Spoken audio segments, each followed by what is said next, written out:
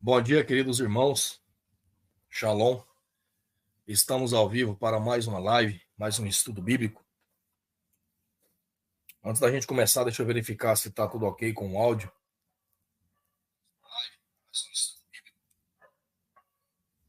Antes da gente começar, deixa eu verificar se está tudo ok com o áudio. Aí, está tudo ok. Então a gente vai dar sequência aqui ao nosso estudo. E hoje, irmãos, nós começaremos aí um novo estudo. Começaremos o primeiro livro de Samuel. O estudo passado das quintas-feiras. Bom dia, Sá. A gente terminou o livro de Ruth, né? Foi uma live só, a gente conseguiu. Obrigado, nega. Obrigado. A gente conseguiu finalizar o livro de Ruth, então agora a gente vai dar sequência no primeiro livro de Samuel. Um livro interessante, ainda onde acontecem muitas guerras em Israel ainda, principalmente ali com os filisteus, né? Os amorreus, uma raça ali de gigantes. A gente vai ver todo esse desdobrar aí. A gente vai ver também que é nessa época que Israel recebe o seu primeiro rei, né? Logo na sequência ali a gente vai ver Davi, Saul, enfim. A gente vai começar a pegar essa parte histórica. É um livro histórico de um profeta menor, tá ok? Mas não menos importante que o resto. Então, se o irmão quiser acompanhar, pegue a sua Bíblia aí e vamos começar o estudo.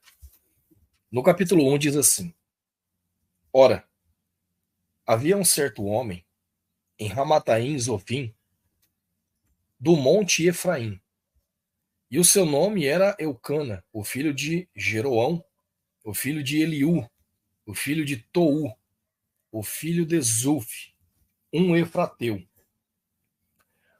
Aqui a gente já vai fazer. Bom dia, irmã Eliane. Positivo, positivo. Bom trabalho. Muito obrigado pela presença. Pode escutando aí tranquilo, ok?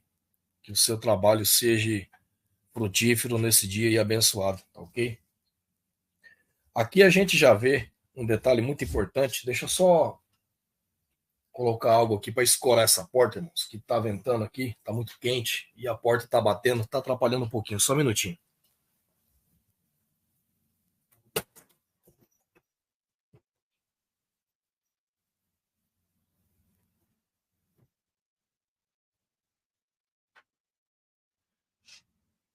Aí, vamos ver se dá uma melhorada. Então aqui a gente já vê um dado muito interessante. A questão genealógica, as genealogias da Bíblia, eles sempre citam homens, tá ok? Por quê? Porque o patriarcado para o pai, ele sempre foi algo extremamente importante. Não à toa que hoje a sociedade tenta destruir esse patriarcado, né? O feminismo está aí justamente para isso. Feminismo, a ideologia de gênero, tá ok? Mas na Bíblia, o irmão não vai conseguir achar nada que mostre genealogias femininas, porque para o pai, o homem é a cabeça, tá ok? É a cabeça da família, sendo que Cristo é a cabeça do homem e Deus a cabeça de Cristo, ok? Então, é um dado aí interessante para os irmãos já terem conhecimento. E ele tinha duas esposas. O nome de uma era Ana e o nome da outra Penina. E Penina tinha filhos, mas Ana não tinha filhos. Então aqui a gente já vê a bigamia, né? E tem alguns do YouTube aí que agora estão apregoando isso, né? Que você pode ter duas esposas, porque Fulano e Beltrano, no tempo antigo, tinha. Não, irmãos, não pode, tá ok? A bigamia é pecado. Você pode ter apenas uma esposa, até um ou outro morrer, tá ok? Não pode ter duas mulheres, não. Quem faz isso aí tá pecando. E esse homem subia de sua cidade anualmente para adorar e sacrificar ao Eterno dos exércitos em Siló. E os dois filhos de Eli, Ofni e Finéias, os sacerdotes do Senhor, estavam lá. E quando o tempo de Elcana ofertar chegava, ele dava a Penina, sua esposa, e a todos os filhos e filhas deles, ou dela, né, porções. Mas para Ana, ele dava uma porção digna, pois ele amava Ana. Mas o Senhor havia fechado o seu ventre, e a sua adversária também a provocava severamente para afligi-la, porque o Senhor havia fechado o seu ventre. E como ele assim fazia ano a ano, quando ela subia à casa do Senhor, deste modo, ela a provocava. Por isso ela chorava e não comia. E então disse Elcana, seu marido, a ela: Ana, por que choras tu? Por que não comes? E por que o teu coração está entristecido? Não sou eu o melhor para ti do que 10 filhos? E assim Ana se levantou, depois de eles haverem comido em Siló e depois de eles haverem bebido. Ora, Eli, o sacerdote, assentou-se junto a uma coluna do templo do Senhor. E ela estava em amargura de alma, e orava ao Eterno, e chorava sobejamente. E ela fez um voto e disse: Ó Eterno dos exércitos, se tu verdadeiramente atentares para a aflição da tua serva, e de mim te lembrares, e não te esqueceres da tua serva, mas desejares conceder à tua serva um menino, então eu o darei ao Senhor todos os dias da sua vida, e nenhuma navalha virá sobre a sua cabeça. Olha que interessante. Então aqui a gente vê o início aí da questão do Nazireu, ok? Ele tem sempre essa prerrogativa, tá ok? Para ser uma pessoa Nazireu aí. E sucedeu que, enquanto ela continuava a orar diante do Senhor, Eli observava sua boca. Ora, Ana falava em seu coração, somente os seus lábios se moviam, mas a sua voz era ouvida. Por isso, Eli pensou que ela estivesse ébria.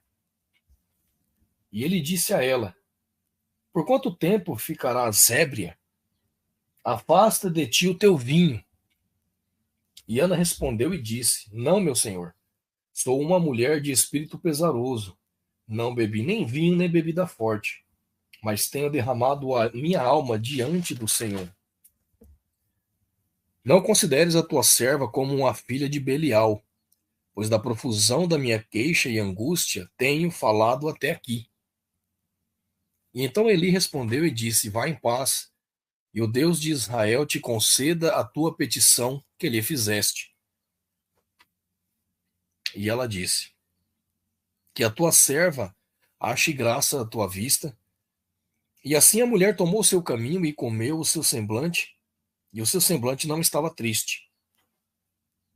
E eles se levantaram cedo pela manhã, e adoraram diante do Eterno, e retornaram, e chegaram à sua casa em Ramá. E Elcana conheceu Ana, sua esposa, e o Senhor se lembrou dela. E aqui a gente vê o eufemismo, né, para relações sexuais. E Elcana conheceu Ana, então quer dizer, teve relações com a sua esposa, e o Senhor se lembrou dela. Portanto, sucedeu que, quando chegou o tempo, depois de Ana ter concebido, ela deu à luz a um filho e chamou o seu nome Samuel, dizendo: Porque eu o pedi ao Senhor. E o homem Eucana e toda a sua casa subiu para oferecer ao Senhor o sacrifício anual e o seu voto. Porém, Ana não subiu, pois ela disse ao seu marido: Não subirei até que o menino esteja desmamado, e então eu o trarei, para que ele possa aparecer diante do Senhor e lá habitar para sempre. E Eucana, seu marido, disse-lhe: Faz o que te parecer bem. Espera até que o tenhas desmamado, e somente o Senhor estabeleça a sua palavra. E assim a mulher ficou e amamentou o seu filho até que o desmamou. E quando ela já o tinha desmamado, ela o fez subir consigo com 3 novilhos e um efa de farinha. e uma garrafa de vinho, e o trouxe à casa do Senhor em Siló.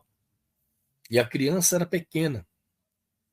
Então percebe aqui, irmãos, que o dízimo, mais uma vez mostrando na Bíblia, nunca foi dinheiro, era alimento, era, era, era provisões, era animais, era comida, tá ok?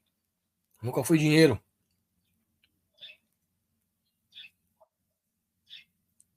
E eles mataram um novilho e trouxeram a criança até Eli, e ela disse: Ó meu senhor, como vive a tua alma, meu senhor, sou eu a mulher que aqui se pôs de pé diante de ti, orando ao Criador. Por esta criança eu orei, e o Eterno concedeu a minha petição, que a ele eu fiz. Portanto, eu também o emprestei ao Eterno, enquanto viver, ele será emprestado ao Criador. E ali ele adorou ao Eterno.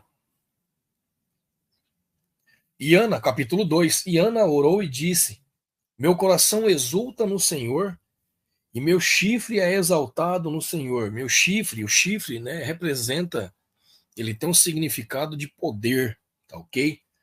Dentro do contexto bíblico.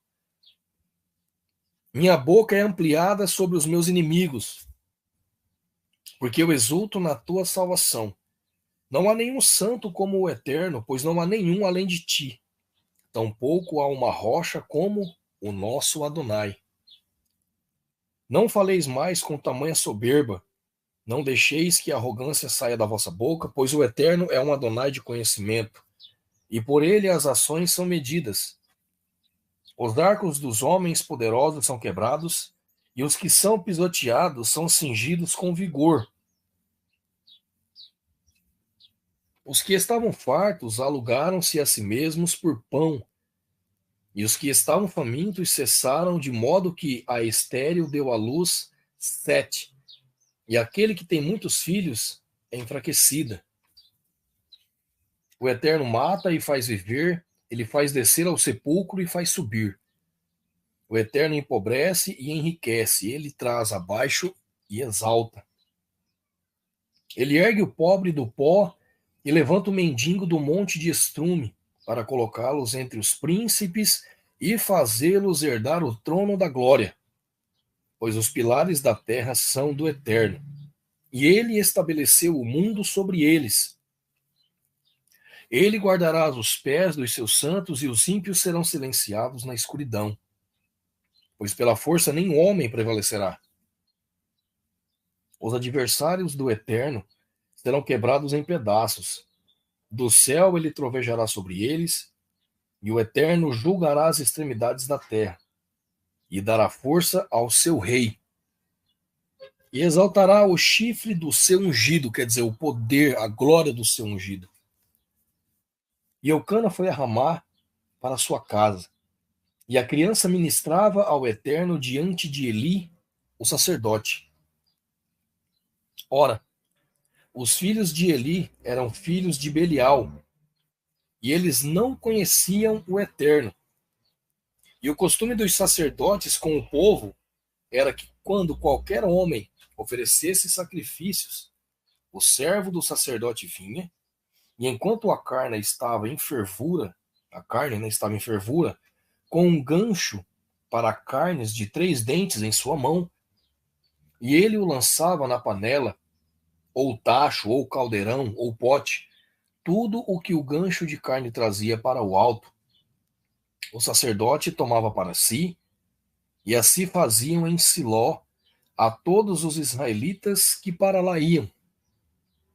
E também antes de eles queimarem a gordura, o servo do sacerdote vinha e dizia ao homem que sacrificava da carne para o sacerdote assar: Pois ele não terá carne mal cozida de ti, porém crua. E se qualquer homem lhe dissesse que não fale em queimar a gordura neste momento, e depois toma tudo quanto desejar a tua alma, ele então responder-lhe-ia: Não, mas tu ma darás agora, senão tomá-la-ei à força. Por isso o pecado dos moços era muito grande diante do Eterno, pois os homens abominavam a oferta do Criador. Porém, Samuel ministrava diante do Eterno, sendo criança, cingido com um éfode de linho. Ademais, a sua mãe lhe fazia uma pequena túnica e lhe a trazia de ano a ano, quando ela subia com o seu marido para oferecer o sacrifício anual. E ali abençoava Elcana, sua esposa, e dizia: que o Eterno te dê semente desta mulher pelo empréstimo que é emprestado ao Eterno. E eles seguiam para sua própria casa. E o Eterno visitou Ana, de modo que ela concebeu, e deu à luz 3 filhos e 2 filhas. E o menino Samuel crescia diante do Criador. Ora, Eli era muito velho e ouvia tudo o que os seus filhos faziam a todo o Israel, e como eles se deitavam com as mulheres que se reuniam à porta do tabernáculo da congregação. Resumindo, profanavam, né? E ele lhes disse: por que fazeis vós tais coisas? Pois ouço de todo este povo sobre o vosso mal proceder. Não, filhos meus, pois não ouço nenhum bom relato. Vós fazeis com que o povo do Senhor transgrida. Se um homem pecar contra outro, o juiz o julgará. Mas se um homem pecar contra o Eterno, quem intercederá por ele? Não obstante, eles não atentarão à voz do seu pai, porque o Eterno os mataria. E o menino Samuel cresceu e tinha o favor tanto do Eterno como também dos homens. E veio um homem de Deus até Eli, e ele disse: assim diz o Senhor: apareci eu claramente à casa do teu pai, quando eles estavam no Egito, na casa de Faraó, e eu escolhi de todas as tribos de Israel para ser meu sacerdote, para ofertar sobre o meu altar, para queimar incenso, para vestir um éfode diante de mim? E eu dei à casa do teu pai todas as ofertas dos filhos de Israel feitas pelo fogo? Por isso chutais o meu sacrifício e a minha oferta, que tenho ordenado em minha habitação, e honras os teus filhos acima de mim, para fazer-vos gordos com a principal de todas as ofertas de Israel, meu povo? Por isso o Eterno de Israel diz: eu disse verdadeiramente que a tua casa e a casa de teu pai deveriam andar diante de mim para sempre. Mas agora o Eterno diz: esteja ela longe de mim, pois honrarei os que me honram, e aqueles que me desprezam serão pouco estimados.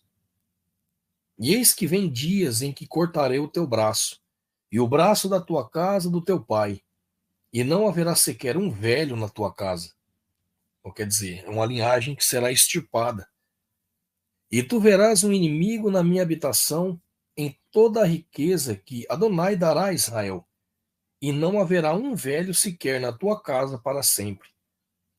E o teu homem, a quem não cortarei do meu altar, será para consumir os teus olhos e para afligir o teu coração. E todo o incremento da tua casa morrerá na flor da sua idade.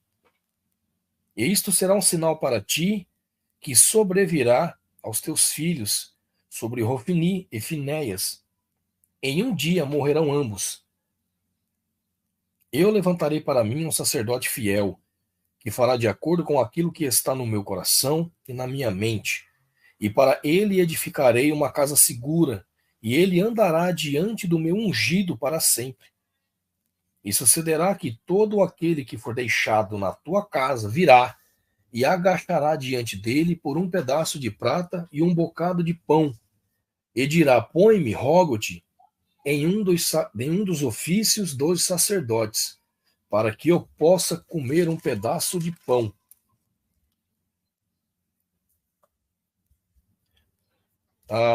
A gente tem um detalhe muito importante, se os irmãos prestaram atenção aí na leitura. No versículo 4, diz algo muito interessante que faz referência a uma passagem de Apocalipse. Se eu não me engano, no primeiro selo. Olha só que interessante. Os arcos dos homens poderosos são quebrados, e os que são pisoteados são cingidos com vigor. Olha só que interessante. Os arcos. Os arcos, isso pode nos dizer o quê? Um povo, uma, um governo, talvez uma nação, né? Um conglomerado de nações.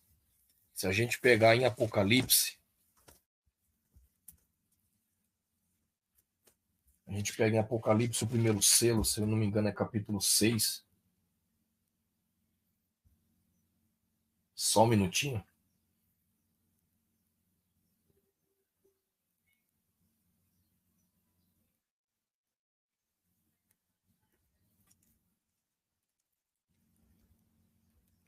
Só um minutinho, meus irmãos. A gente já vai ver aqui.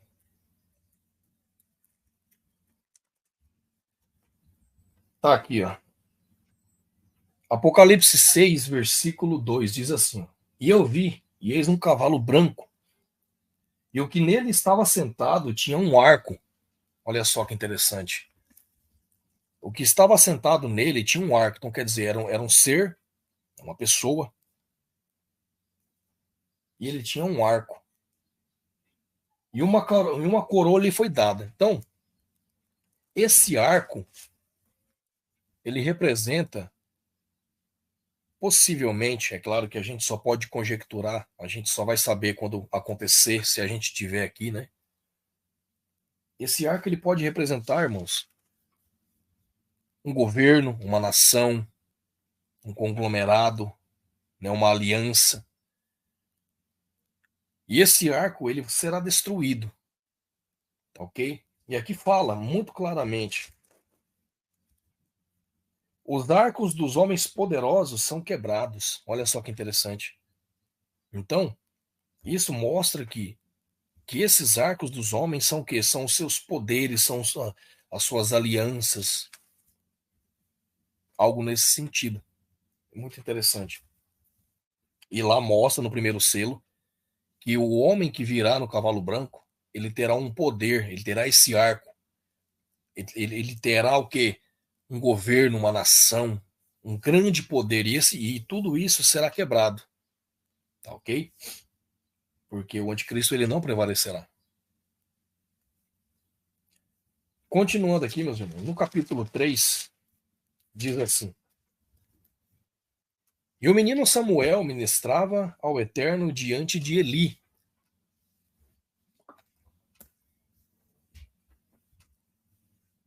E a palavra do Eterno era preciosa naqueles dias. Não havia nenhuma visão aberta. E sucedeu naqueles dias, quando Eli estava deitado em seu lugar, e os seus olhos começaram a ficar tão turvos que ele não conseguia mais enxergar.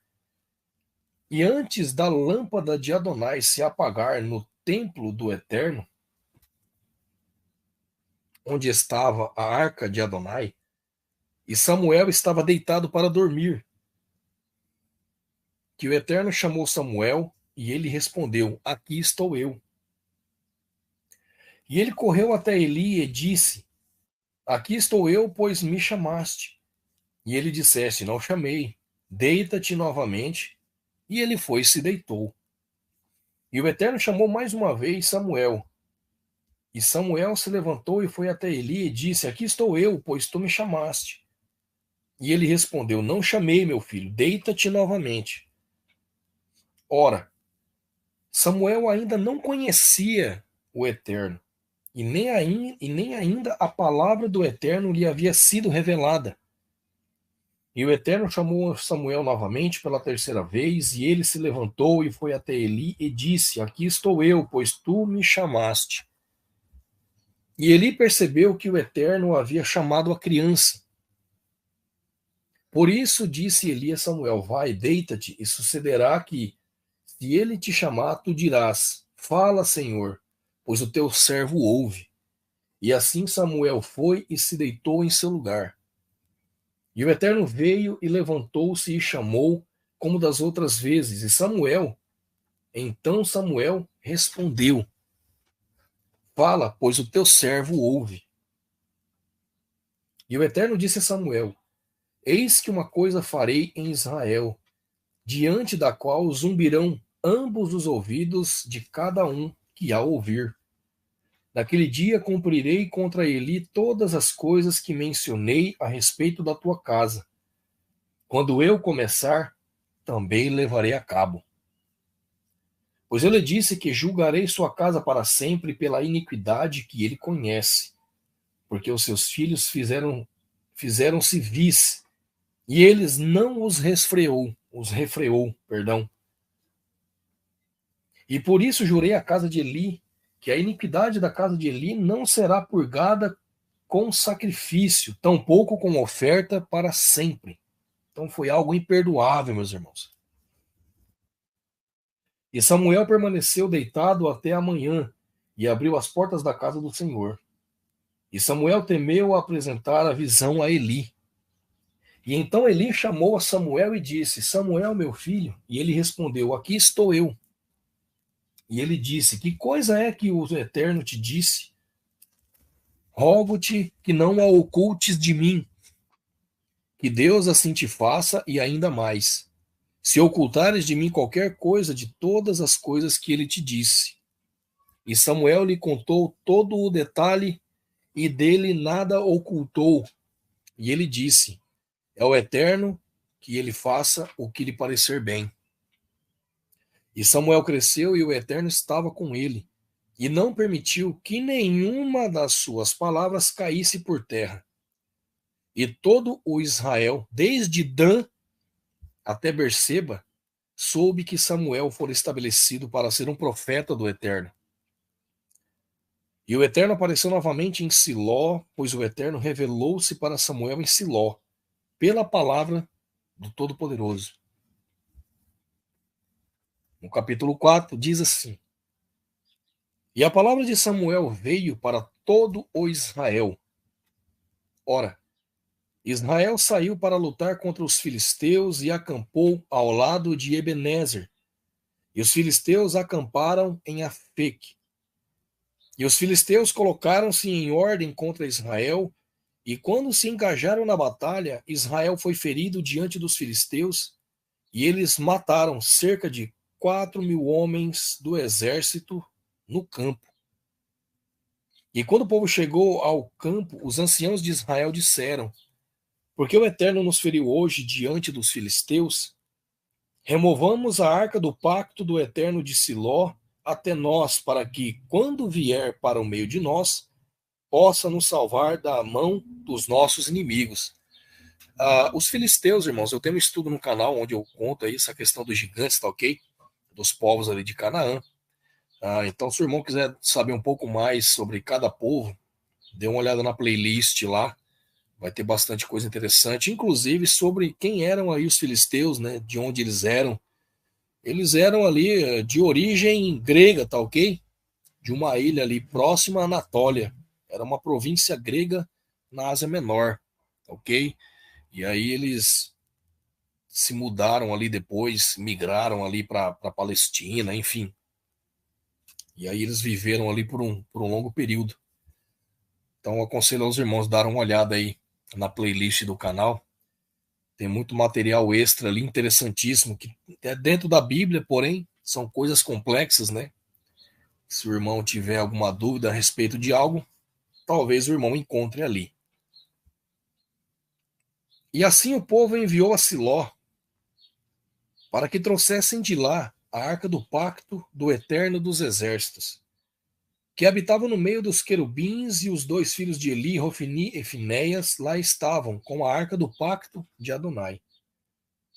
E quando a arca do pacto do Eterno veio para o acampamento, todo Israel bradou com um grande brado, de modo que a terra voltou a ressoar. E quando os filisteus ouviram o barulho do brado, disseram: O que significa o barulho deste grande brado no acampamento dos hebreus? E eles compreenderam que a arca do Eterno havia chegado ao acampamento. E os filisteus ficaram temerosos, pois diziam: Deus chegou ao acampamento. E diziam: Ai de nós, pois até hoje não houve tal coisa. ai de nós, quem nos livrará da mão destes deuses poderosos? Estes são deuses que feriram os egípcios com todas as pragas no deserto. Estejam fortes e comportai-vos como homens, ó vós filisteus, para que não sejais servos dos hebreus, como eles vos foram.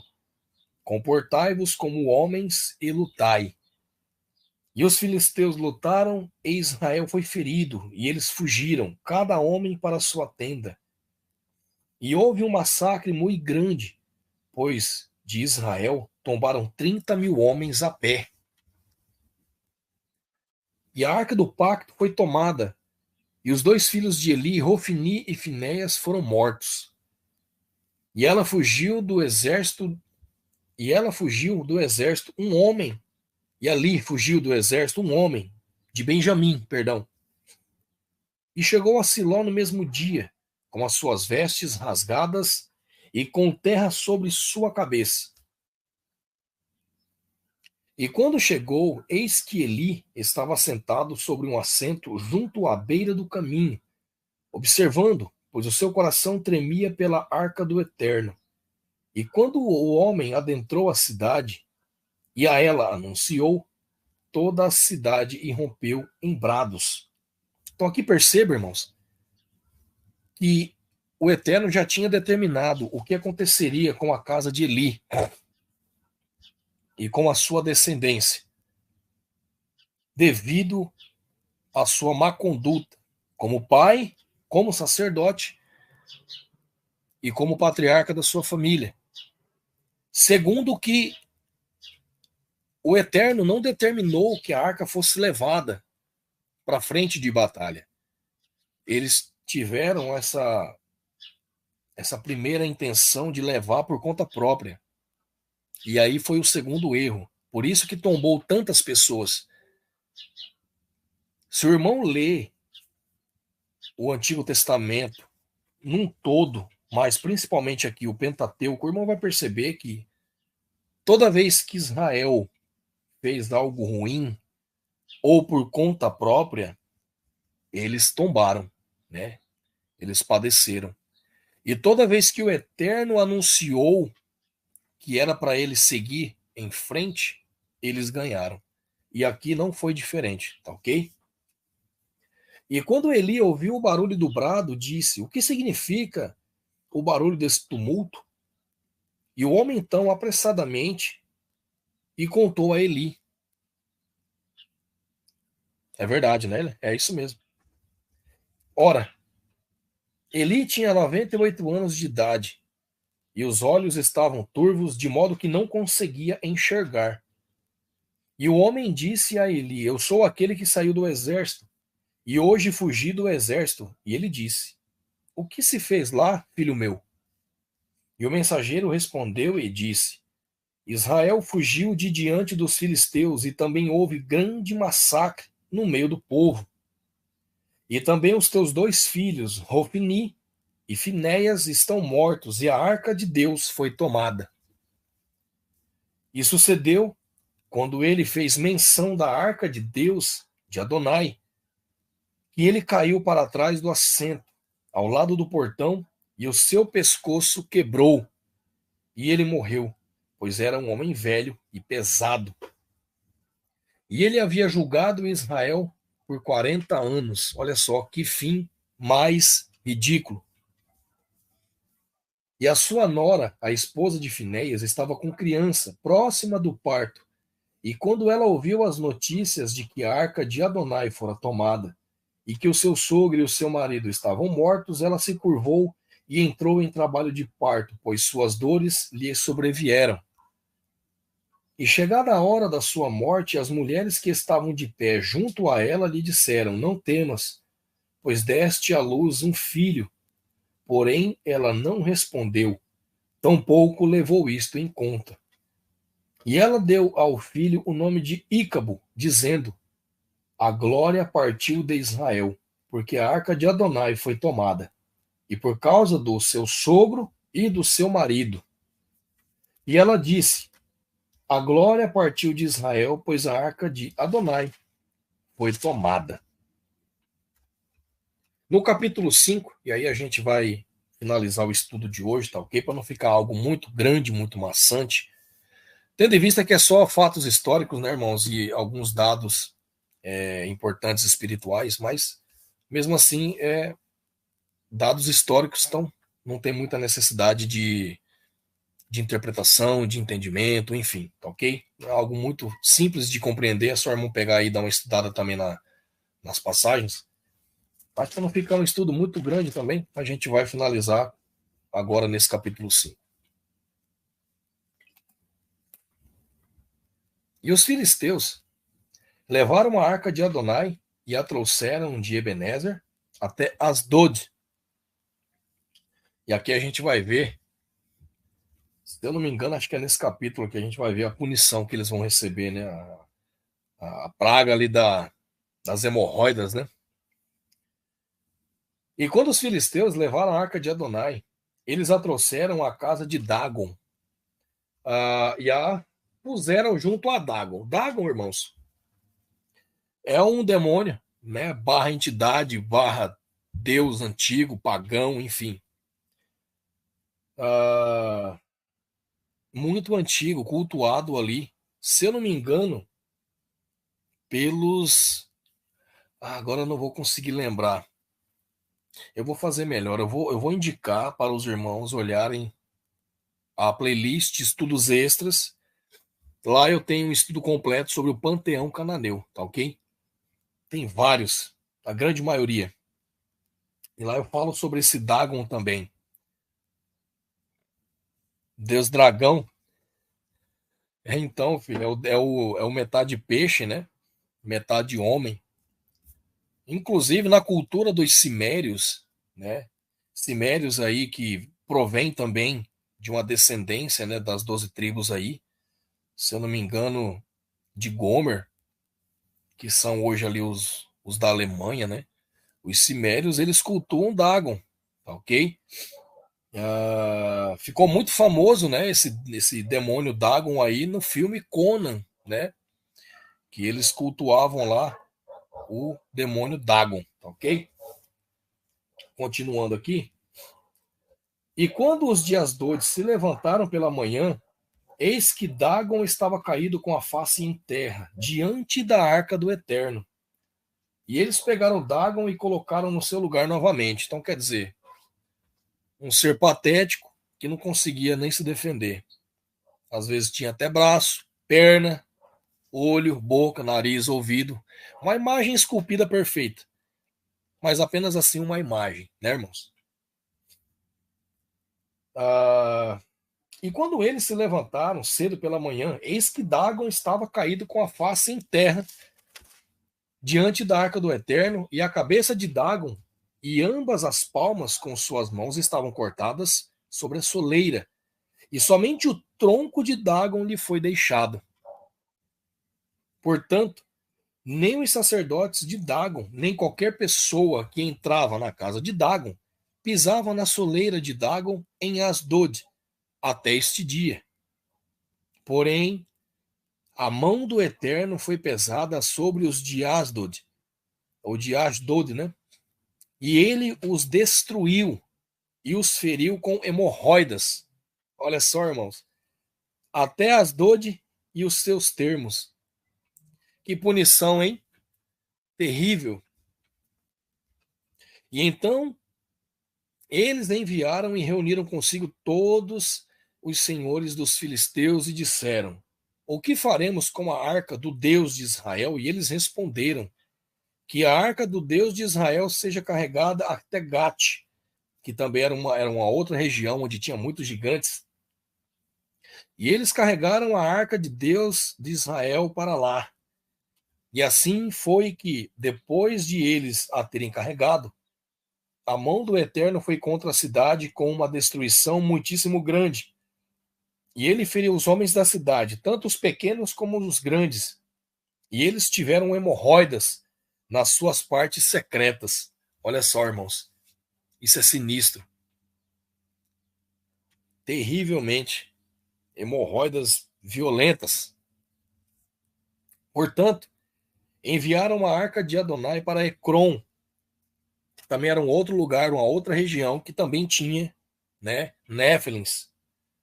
E não apenas Néfilins, né, irmãos? Tinha pessoas normais também, porque nessa época aqui era normal seres humanos normais conviverem com gigantes, tanto que as mulheres, elas se relacionavam com gigantes, e mulheres normais, tá ok?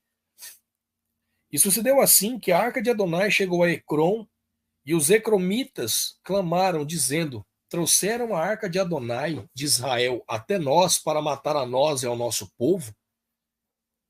E assim eles enviaram e reuniram todos os senhores dos filisteus e disseram: mandai embora a arca do Deus de Israel, e deixem que volte para o seu próprio lugar, para que ela não mate a nós e ao nosso povo, pois havia uma destruição mortal em toda a cidade, e a mão de Deus fora muito pesada ali. E os homens que não morreram foram feridos com hemorroidas, e o clamor da cidade subiu até o céu. Então, meus irmãos, com Adonai não se brinca.